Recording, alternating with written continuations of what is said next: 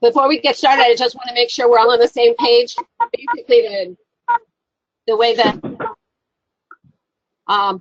I organize the basic instructional model, you identify your instructional tasks, you do the instruction, you do a formative assessment to say, are the students, where are they as far as achieving the learning targets?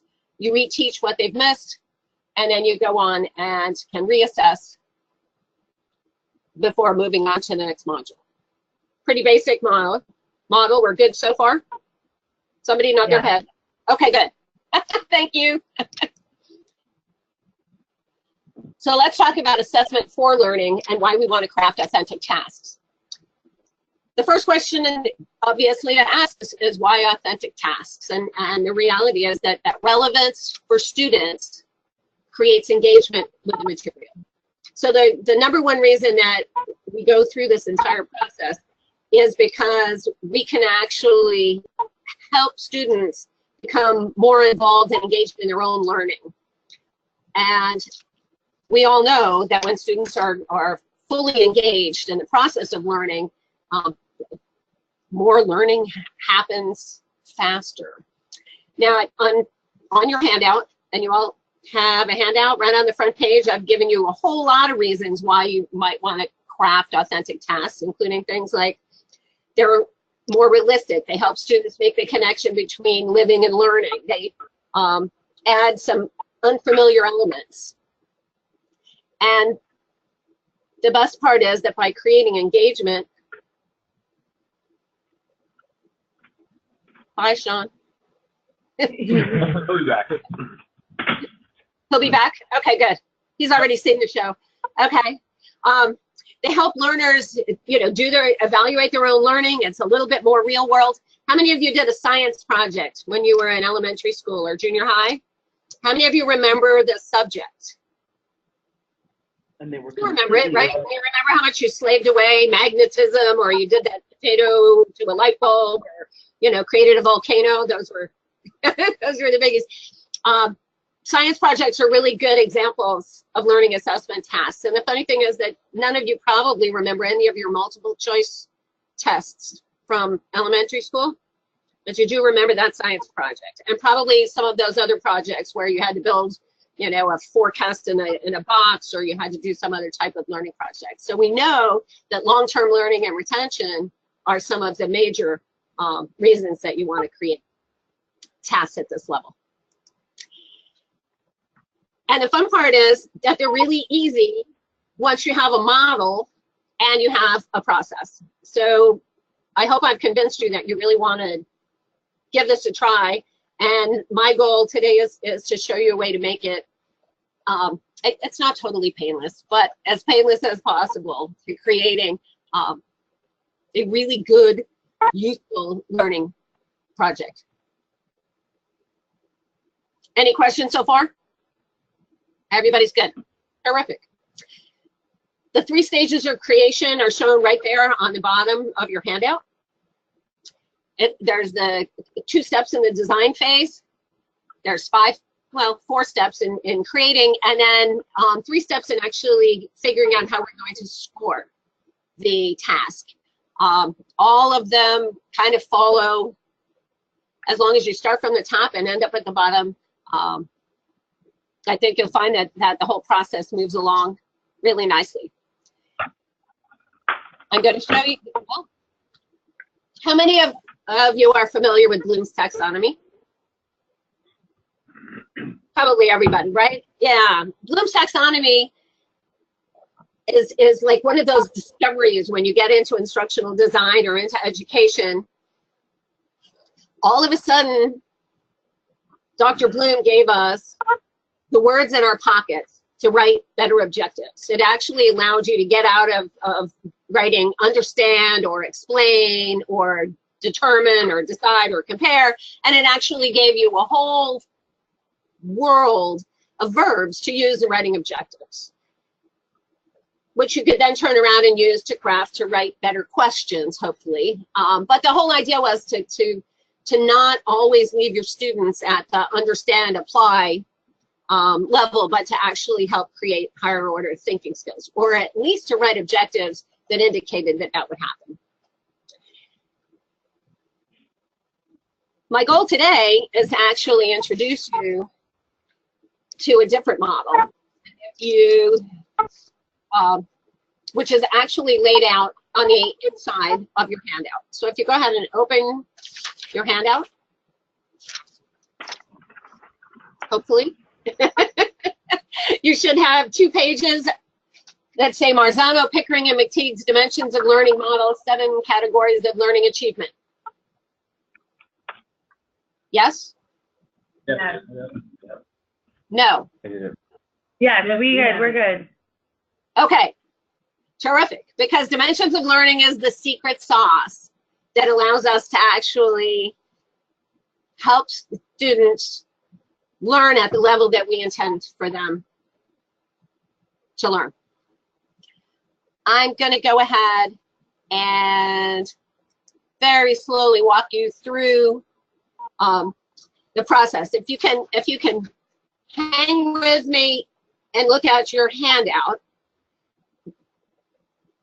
the first of the 7 categories of learning achievement that you see up there on the top is declarative knowledge. You with me? It says number 1, declarative knowledge. Yep. Declarative knowledge is facts and information. Now, it may be generalizations or ideas or theories or concepts, but basically things that students need to understand and explain. The second category is procedural knowledge. If there's a process, what is that process and how do you want the student to demonstrate it? So if you're teaching swimming, you might say, you know, in order to know how to swim, you need to know which is the deep end and which is the shallow end, and you need to get in the pool and move your arms, whatever that is. But the difference between knowledge, you know, you could watch videos about swimming, you know, but procedures would actually require water. With me so far? Yes. Okay, cool. There's one voice in the group. But okay, because now it gets a little more complicated. The third category is complex thinking, and what you're going to need to understand is what exact distinct type of learning strategy is it that you want the students that you're creating this task for to be able to do with the information and the procedures or process that you want them to learn. And there are 13 different potential complex thinking categories in that table in your handout. You with me? The first one is comparison. In comparison, you want the students to describe similarities and differences between 2 or more items. You want to know if they can discriminate, compare and contrast. And the way that you would assess that and whether or not they were successful is there in the components to assess column that says, were they able to select the appropriate items to compare? Did they select the proper characteristics to compare them on? And did they accurately identify the similarities and differences? Now, if I was going to ask you to compare and contrast, or ask students to compare and contrast, I would now know how to assess them to know whether or not they could do that task. You following me? Yeah. So now the strategies become not linearly more complex, but for the most part more complex. So the second strategy is classification. Can you actually take a group of items, you know, here are 40 examples of chairs and tables. Can you classify them, you know, these are the chairs and these are the tables? Can you organize things into categories? And then it's just a matter of how sophisticated are the categories. The third is inductive reasoning. Can you go from generalization to facts? And the fourth, deduction. Can you go from facts to generalizations? The fifth is error analysis. And you know that one's, that's the where's Waldo. You know, can you focus, can the student focus and identify significant errors whether that's in their own problem solving or in some sort of information resource or processing. The sixth is constructing support. And constructing support is about developing a well-articulated argument. Can you construct support for an argument and actually scaffold it so that you can support a claim? The seventh is abstracting. Can you find and relate to patterns? The eighth is analyzing perspectives. Can you consider one perspective on an issue and then reason through it? The eighth, decision making. Can the students select from alternatives? Create equal, look at equal alternatives and determine which one is substantially more appropriate. Can you investigate? Do a systematic examination of a process, typically. Can the students solve problems? Do you want them to solve a problem? Find a way of overcoming an obstacle and coming to a conclusion. Do you want them to do an experiment where they test a hypothesis? Or do you want them to invent something that's unique or creative or completely different? You with me? Yep. Yep. Yep. Go ahead. There's a question to Oh, Sean. no, I was just giving a thumbs up. Sorry, I was giving a thumbs up. Sorry, you're too small to tell the difference between a hand raised and a thumbs up. How bad is that? Okay, terrific. So what's really important to remember here is that these are 13 complex thinking dimensions, but this is one dimension. 13 standards, one dimension of learning. The fourth dimension or category of learning achievement is over below that box, and that's information processing. And we're gonna, and we need to ask students to very specifically do certain things with information. Sometimes they need to interpret and synthesize. Sometimes they need to deal with a variety of information. Sometimes they need to assess the value of information. And sometimes they need to recognize where and how projects would benefit from more information. Make sense? Yeah. The fifth dimension, then continuing on down, is effective communication. And you can see, we want them to demonstrate their communication skills. How? By expressing ideas clearly, by effectively communicating with diverse audiences, effectively communicating in a variety of ways or for a variety of purposes. Or do we want them to create quality product that communicates information for a process? The sixth is collaboration and cooperation. How do we want them to deal with working in teams or groups? And the seventh are habits of mind. I'm going to talk a little bit more about those in a couple of minutes. But let's go ahead and start looking at how we start applying all of this to creating our learning task. So the first thing we need to do is design the task. So what are our decision dimensions? Well, the first thing we have to know is what's the objective. We call it learning targets in the education world because it helps people. There are so many objectives in the world that calling them learning targets makes it specific. Very often it's specific to a module or a particular unit within that that you want to use for the instruction for a specific purpose. So within those objectives, you should know what you want the student to do as far as what facts, what knowledge, what ideas, what theories you want them to know, and then what skills, procedures, or methods you want them to apply. In addition to knowing what it is you want the student to know and do, you need to think about a learning task in terms of, do you want a process, a product, or both? Makes sense, right?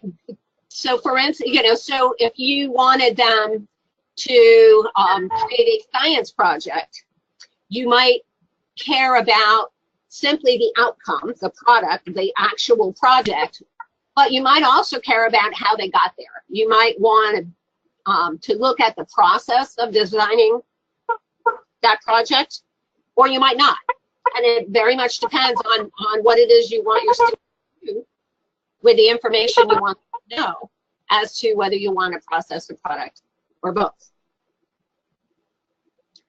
And then you need to know if it's an individual or a group project. You know, millennials, all they talk about is group projects and team projects and teamwork. Generations prior, not so much. It all depends on what the goal is for the particular course. So let's take a look at pretty much I introduced this particular strategy to the faculty of a community college that everyone in the state of Florida, in order to graduate with an AA or to get their, you know, to finish their gen ed requirements, is required to take Intro to Public Speaking. So what we set out to do was actually standardize tasks, that the learning task for Introduction to Public Speaking. So the learning target, we're just going to use this as an example, and I'm happy to answer questions regarding, you know, specific tasks that you would be designing, but just kind of bear with me for a couple of minutes. So for Intro to Public Speaking, which in Florida is SPC 1608, the first learning target is that students will be able to deliver a persuasive speech. And that has been determined to mean that the student would, I can do this, would actually choose and research a controversial topic, that they would prepare a speech to either change or reinforce the listener's attitudes, values, beliefs, or behaviors, that the student would generate appropriate visual aids, and that the student would organize materials to support that persuasive argument. Makes sense, right? That's pretty much, we're all taking a public speaking course. This is pretty much public speaking 101. Okay. Do we care about the process, or do we care about the product? Well, look at what we're doing. Deliver a persuasive speech. Process or product? Product. We might care a little about the process if we want to scaffold the learning a little bit, but basically it's a product. Individual or group? Individual. Okay. In this particular case, this is the first learning activity for the class, the first actual task that they're going to take on. So making it an individual versus a group project makes sense. Later on in the course, when they get into debates and actually delivering, you know, working within a group, makes sense. Good? Yeah. You agree with the decision so far? Yeah. So were you saying the individual, the deciding it's individual comes from the fact that this is you know, a introductory, or this would be early in the course, or are you getting that just from the way the learning target is phrased? It's a little bit of both. It's a design decision. You could go both, you know, you could go both ways. You know, and there's always, as you know, whenever you're designing, you're always making decisions about how you want to move the class or the student forward. In this particular case, we decided by starting with an individual activity, it would give the instructor more opportunity to assess the individual's ability. So early in a course, individual tasks are going to make it easier for the teacher or the facilitator to evaluate the student's ability. Later on, we're looking to add that to how well they work within a collaborative process. Okay, so this learning target, maybe I missed that. Is this specifically, you know, so you're also making decisions about this is an early in the course learning target? In this particular case, this is the first learning target in the course. Yes. Okay. So you might make, right, if this was for the final grade, you might make different choices, but this is specifically the first learning target in the course. And it's just an example. You okay with that? Thank you. Because everything builds. So we got our learning target and what our content is. We decided we want a product and an individual task. Now we get to pick a higher order thinking skill. And again, it's a design decision. So we come back to our handout and we look down the series of strategies. We don't want them to compare, classify, or induce, or deduct. It's not an error analysis. But constructing support, perhaps. Yeah. That could make sense, right? Because we really do want them to build an argument. So constructing support might work. We don't want them to abstract or analyze well, maybe we do want them to analyze perspectives, don't we? So consider one perspective on an issue and the reasoning behind it, and its reasoning, and identify issues. That might be, but it's not a decision-making task. It's not an investigation. It's not a problem-solving experiment or invention. You see that? So basically, all of the 13 strategies, we get to decide between two: constructing support and analyzing perspectives.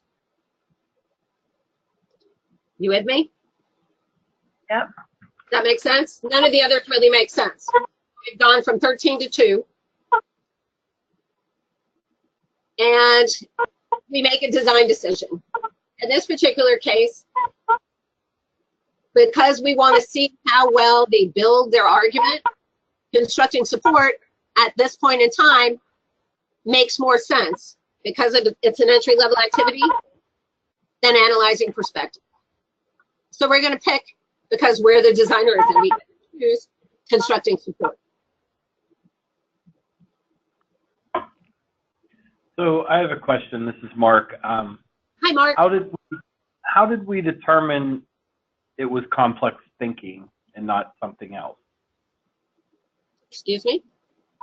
How did we determine that we were looking under the complex thinking strategies and not one of the other 7 options? Oh, we'll get there. We're not giving them up. We're working through the process. So you're using all of them. Facts, then process, then complex thinking strategy, then we'll pick an information processing, Okay. communication, collaboration, etc. It's right. It's a little bit linear, at least initially.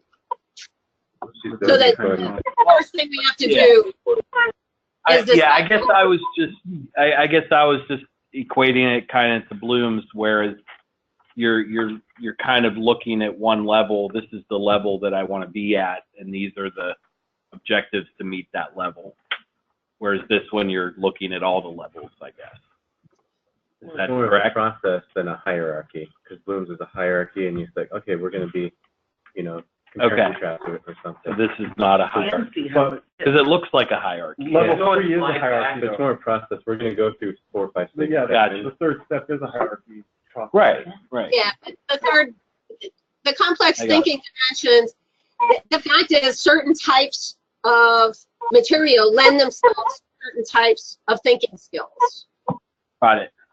Thank you. So that, hang with me just, okay. So we're gonna select constructing support. What's really important in this whole process is for each dimension, you pick one. Part of the reason a lot of assessment tasks go off the rails or don't meet the criteria they're looking to meet is that we're never really clear and specific about what one thing we're going to assess. In this particular case, once we say we're going to assess our ability to construct support for an argument and develop a well-articulated argument for or against a claim, we can be very specific about how we want to assess the student's ability to do that. If we were to adopt 2 or more complex thinking strategies, it would be very hard to be specific about what it was we wanted the student to do. Well, we end up just kind of muddying the outcomes. And what we want to do is just be really, really clear expectations. that we can outline for students. We good? Pick one. So there we did.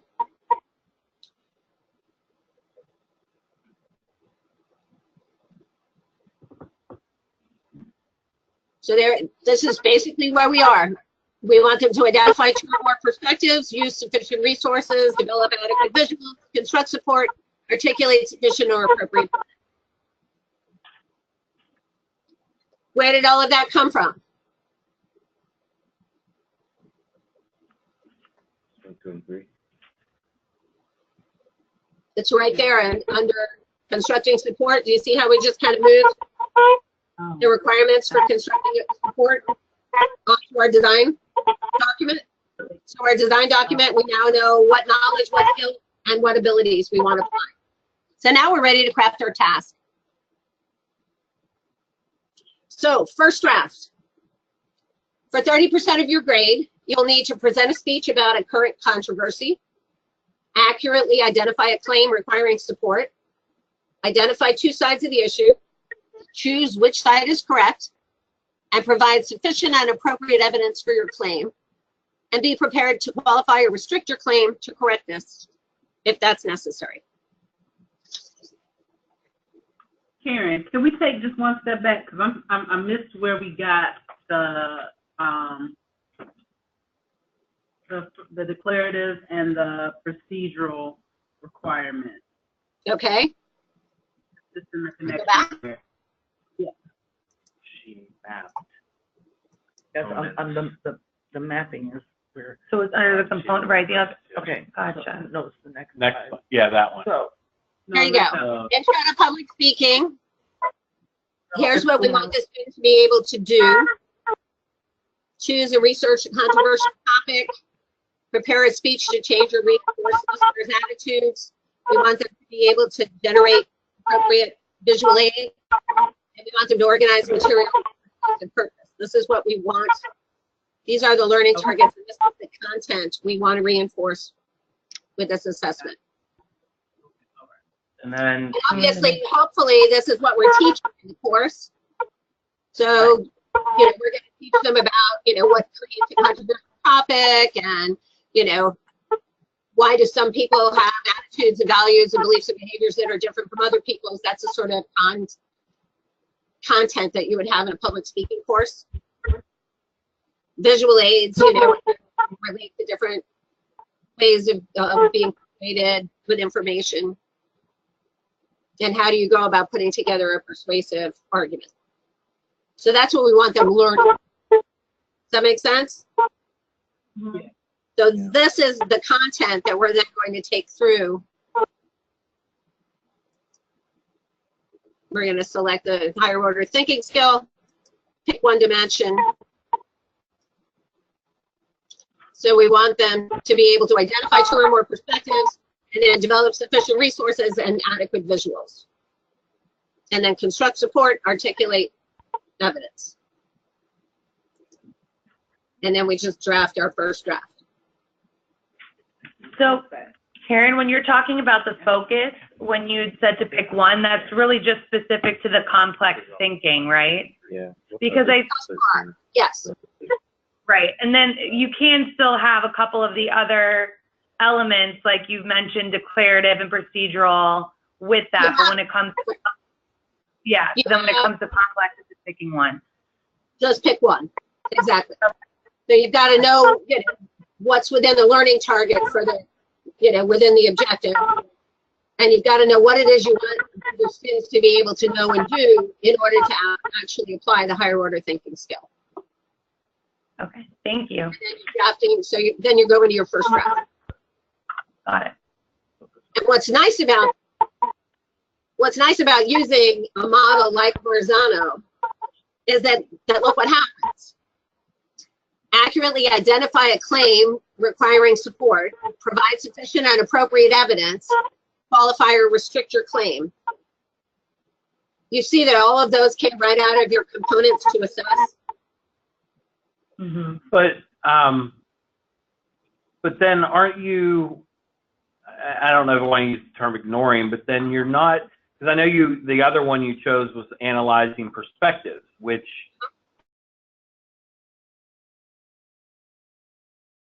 on the issue, I mean, in an argumentative speech, those are very important aspects. Absolutely. So why would you not want to assess those? Well, if I give them 6 components to assess rather than 3, it makes the task a lot more complex, does it not? But why would you not want it to be more complex? An intro assignment.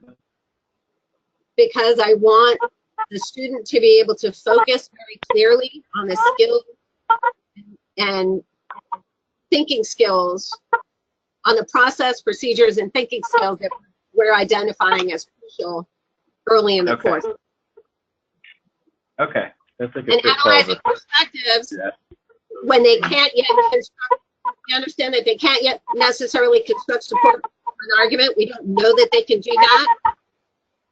And until we know that they can do that, having them analyze perspectives may be beyond their ability. So maybe the next assignment you would address that aspect. Exactly. And in fact, we do. Gotcha. By space, and it's a design decision. We could have taken analyzing perspectives and just focused there. It's a slightly higher level thinking skill to assess. So by starting with a slightly lower level thinking skill, we can use that to build their own awareness of their own skills and help them build toward higher level skills. Is this table designed so that as you progress down the table, I guess I didn't see that the first time, but so the last one is the highest level order. Comparison is. It's not completely linear. In fact, one of the big points that Marzano makes is that it's about the material that you're teaching and how you want your students to engage with it. And that's not always a linear process. They are, for the most part, more challenging as you go down the chart. But there are times when error analysis, in a calculus class, may be a far more difficult skill than testing a hypothesis. So it's all about the declarative knowledge and the procedural knowledge and how they interact with that higher order skill. That you can't necessarily say this is the lowest level and this is the highest level. There are probably ways that you ask people to compare and contrast that would be incredibly difficult, depending on what the category of material was. Or if they've ever been exposed to it before. Defining quantum physics is a little bit different than, what Right. it's spelled. Right. Compare and contrast the theory of quarks versus, black holes is may be the appropriate task. So Marzano always wanted to say they're not necessarily linear, but they do tend to be more complex as you move down the table. But it's not a complete straight line. It's not, of course, Dr. Bloom was working in 1954 and Marzano was working, decades later. So in some cases, it builds a bit upon what's come before.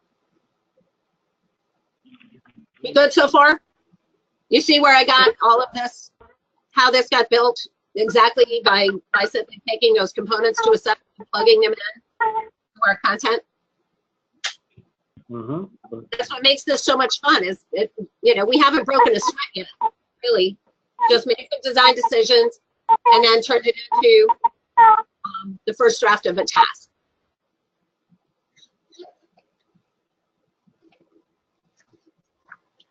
And now we go. So now we move to the fourth category of learning achievement, over there on page 3 in your handout, which is information processing. If you take a look there, you've got 4 options for ways to ask students to gather, synthesize, or evaluate information. Which one of those do you think would be most appropriate for the task we're designing? Do you think they need to interpret and synthesize, use a variety of information gathering resources, assess the value of information, or recognize the need for more information? I think B. A variety of information gathering techniques and resources. Okay. I went with C. Yeah, because some of the I was stuff gonna say is not too. going to be valuable, especially if it's a controversial topic. I don't necessarily, because it's a public speaking course, I don't necessarily want them to get a huge amount of information, but I want them to be very clear about the quality of the information they find. Does that make sense? And again, it's a design decision. Pick one.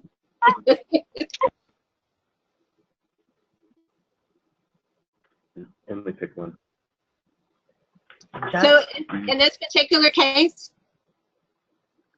the design decision is accurately assess the value of information. So we're going to have to figure out a way to go ahead and assess that. So what I did is the items in orange clarify more for the information. Present a speech about a current controversy facing college students today to kind of humanize the process and maybe limit the number of topics that they might look at. Accurately identify and use 6 different resources, so somewhat touching on that variety of information, because we don't want them to go on Wikipedia and make their entire argument. We're going to ask them to use different resources to discuss the topic and identify how credible each resource is. And then to list at least 10 differences of opinion on either side. And then to clarify a little bit, that your goal is to reinforce the audience's attitude or belief on the subject in a persuasive manner, and that they should be able to answer questions, all of which go back to the quality of information they find.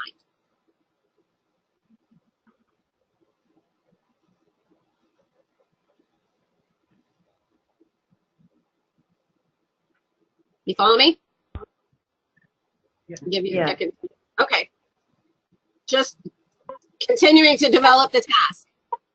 Effective communication. Hey, this is a persuasive speaking class, right? A public speaking class. So certainly we want to pick a communication dimension. And we could probably pick several of these. Do we want them to express ideas clearly? Do we want them to communicate with a diverse audience? Do we want them to communicate in a variety of ways, for a variety of purposes, or create quality products? Again, since this is an initial assessment, we chose create quality products. I could easily argue that express ideas clearly was perhaps more appropriate, but we haven't even seen what any of the students can necessarily do at this point. So by saying create quality products, it takes a little bit of the pressure off the student to make that speech. You get that? So it's strictly a design decision to facilitate the task that we were looking to design. And in so doing, we simply add what's there in red at the bottom. Just present your speech using 2 different types of visuals, at least one of which is technology-based. You'll be judged on the quality of your speech, your visuals, and your persuasive argument.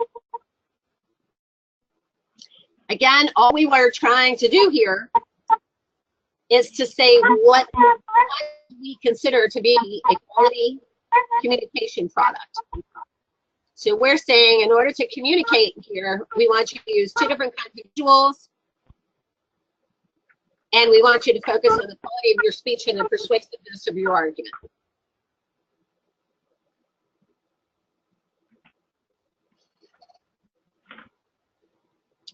Let's just look at Cooperation and collaboration. We decided that this was not going to be a group project, so we don't have to choose. But in the case of a group project, you see that choosing to ask students to work toward a group goal would require a different type of task than if you wanted them to demonstrate interpersonal skills or contribute to group maintenance or to perform a variety of roles. How you design the task is going to be different depending on how you want them to act. It's not that you don't want them to do all of these things at one point or another, but but pick one so that they can focus on the one that's most important. In this case, we don't have to pick one.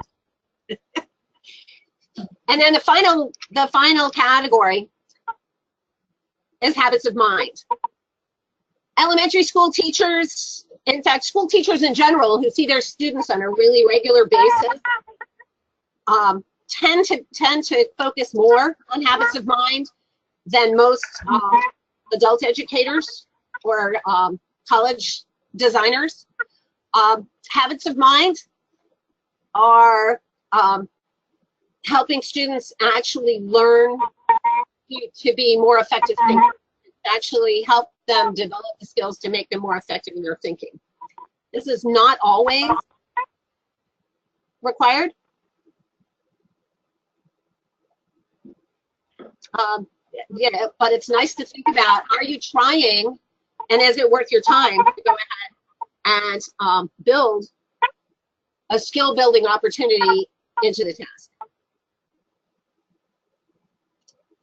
For the sake of brevity and the fact that I only have about 10 minutes left, we're going to say not today. But obviously, be clear and seek clarity would be an appropriate habit of mind to build into this task if we wanted to do that. I think I've lost the right side of the screen. Are y'all with me? Do you have a question? Are you not clear on what we're doing? I'm not buying it. So you don't have to pick all of these if they're not applicable then? No, you don't have to pick anything that's not applicable. And they're all design decisions. So what it's facilitating is your ability to say, these are the specific things I need my students to be able to do. Here's how I want them demonstrated. Here's how I'm going to evaluate. So your total number of targets that you came up with was like 11 or 12 for this assignment? There's only one target. There's only one learning target for this. Well, okay, then I guess the components that you came up with. There's, well, let's take a look. Here's the final draft of the task as it was initially given to the students. For 30% of your grade, we made it a 3-minute, you know, no classroom should have to sit through more than 3-minute speeches about anything, right? Besides, you know, depending on the size of the class, that might have been a 2-minute speech or a 5-minute speech. Of concern to college students today, you're going to have them accurately identify a claim, use 6 resources, identify both sides of the issue, and list 10 differences of opinion. Right? We did all of that already. I added, submit this list in your resources, and in this case, this would be 2 weeks before the assignment was due. To say I built a little bit of scaffolding into here so that, you know, for those students who tend to procrastinate until the last minute, by giving them an interim, I can make sure that they haven't completely missed the point of the assignment before it's over. So I kind of built a little checkpoint in there. As your students become more capable learners, you wouldn't need to do that kind of stuff. So it very much depends. If you're teaching freshmen, if you're writing for freshmen, you might want to think about a different, you know, building some scaffolding into the process. There you go. Choose which side is correct. Provide sufficient and appropriate evidence.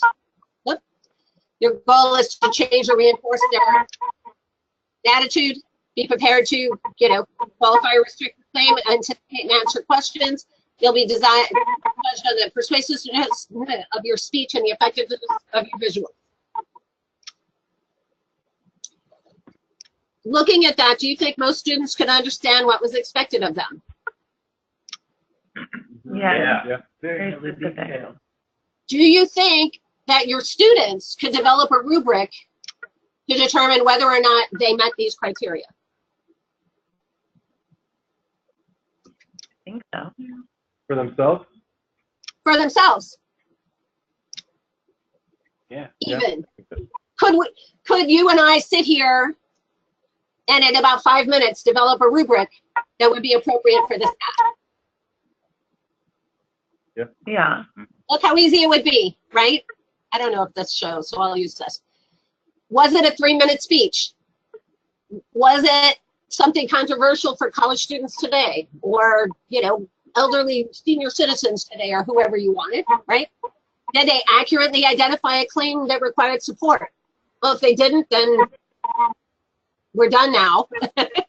Did they use 6 different resources? Yes or no? Pretty simple. Did they identify at least 2 sides of the issue and 10 differences of opinion? Yes or no?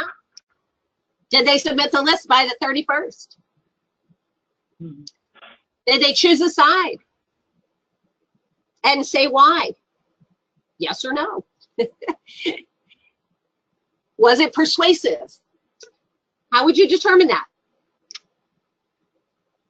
How do I know if I make a speech for this group, and how many of you think that I persuaded you that this is a good idea? We do a show of hands. Are you convinced? I guess if I'd asked you up front, how many of you think this is a good idea?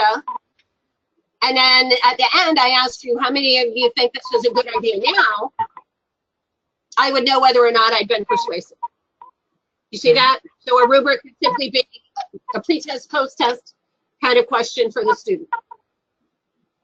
Again, we haven't broken a sweat here creating this rubric, have we? Did they qualify or restrict their claim? You know, say, you know, the other side has some opportunity to claim that they have, you know, some reason to exist, but they're wrong. Were they able to anticipate and answer questions? And did they use 2 different types of visuals? And were the visuals effective? And that's how you create your rubric, just that simple. And what a lot of instructors do is simply, when they hand out the task and they're teaching through the material in the course, is to design the rubric as it goes along. The most important thing to do at this point in crafting the task is to think about whether the task that you've designed is significant, authentic, and it has fidelity, and, you know, it feels useful and aligns with the course objectives, that it, you know, the achievement dimensions fit within a broader framework for the student's life and learning, that they can understand the task, and that ultimately, if they're able to work their way through this task successfully, they'll improve. I think it fits. What do you think? Yeah. Yep. Mm-hmm. And then, so now we know what the key aspects are that we're going to assess, and we can decide what kind of a rubric we want. Right back to the criteria and objectives and the level of development. You know, there are a million kinds of rubrics. I will let you in on this secret. Every single one of the complex thinking strategies in the table, your handout, has rubrics, generic rubrics online. So you could actually Google constructing support rubric and probably come up with a dozen. It's really quite amazing. Marzano has an entire website. You can go and actually download the entire 287-page book from whence this has been condensed. The material is all over the web if you want to go take a look at it, and particularly in the area of creating rubric, because teachers, particularly in the K-12 curriculum, than developing rubrics specific to Marzano for a while. And there are a couple of really good websites where you can go and create your own rubrics and other people's rubrics in different categories. So creating a rubric is really a matter of being real clear about the criteria and the objectives and at what level you want to assess students. Obviously, as the students become more sophisticated, your rubric needs to be more discriminatory as far as the quality of, so for the first activity, you might say, were they persuasive, were they not persuasive? Ultimately, your final objective, your final rubric might say, on a scale of 1 to 10, how persuasive was the argument? And obviously that would be assessed on, just a tougher level of assessment and a little bit harder perhaps for the instructor. And rubrics should always be efficient. Yes, no is better than a 10-point scale if you don't need one.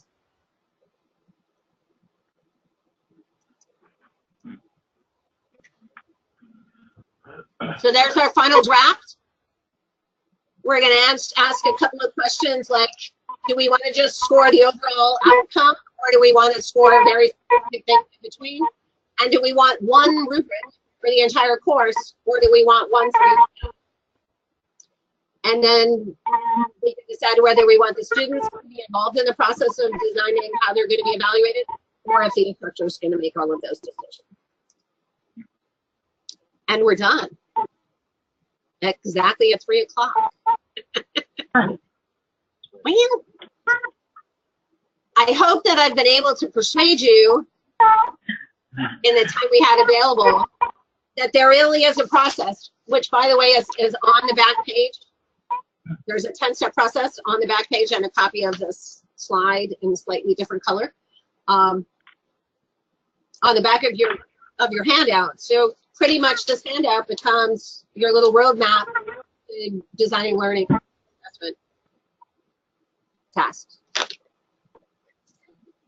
You probably could ask this a lot, but can we also follow your presentation along with this so that we can, refresh and see how you did it in action? I can send you the various drafts that we went through. Sure. Okay. Yeah, that'll help. Thanks. I don't know that the presentation will help, but certainly the drafts and seeing kind of how they built. And again, it's not necessarily, this isn't carved in stone. It's really about making decisions and then using each decision you make to build the task to be more specific to the learning at hand. I usually do a 3-hour workshop, and we would spend the next 2 hours actually working from an objective that you're looking to design a task for and designing specifically tasks as a group or individually to meet those criteria. So we had an hour, and I wanted to introduce you to the concept. I'm happy to spend some time on the telephone or Skype or whatever to help you noodle with how that you would apply that within the material you're writing. I'm always available to, and I'm really dedicated to helping people use this process because I've seen the outcomes. I shared with the group, and I shared with you. I had a student who came to me after class and said, "How am I going to create an assessment task? I teach 4- and 5-year-old special ed students." And we brainstormed for a while, and she came up with this really cool task where she was teaching the difference between plants and animals. Right? That's kind of a valid thing to teach 4- and 5-year-olds, and particularly in a special ed class.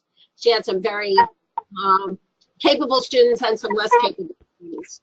So she came up with a comparison task where they had to draw on a huge piece of paper and a flower, and then explain how they were like the flower and how they were different from flower.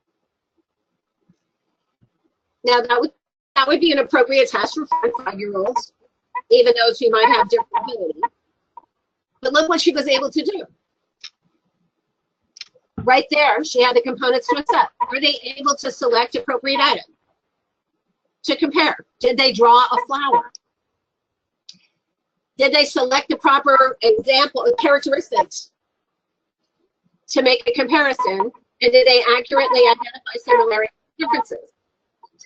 And I have to tell you, the video, cheers to everybody who saw it, because here are these kids who are going, I have arms, and plants have leaves, but leaves aren't like arms. And they really got so engaged because they were given these big pieces of paper and given this opportunity to draw a flower that they knew and then compare themselves who they knew. And yet at the same time, look at how she was able to assess whether they were capable of telling plants from animals. If you can do it, you know, kind of a basic task, but if you think about it, really powerful for the learning that was involved. And that's what you're looking to do, to find a task that engages your students with the real world, with something that they can relate to, that helps them to move to that next level and to apply their best selves. And maybe even to, you know, kindle a flame or to enlighten a passion. A lot of students have discovered their calling doing tasks in 3rd grade or 5th grade or 10th grade, and gone on to do amazing things with it. You've all seen it, you know, they get excited about something and all of a sudden they move to a whole new level. And that's really the opportunity when you have a task that gives them the opportunity to bring their true self and really to do something that may make a difference in the way that they live their lives. Awesome. Questions?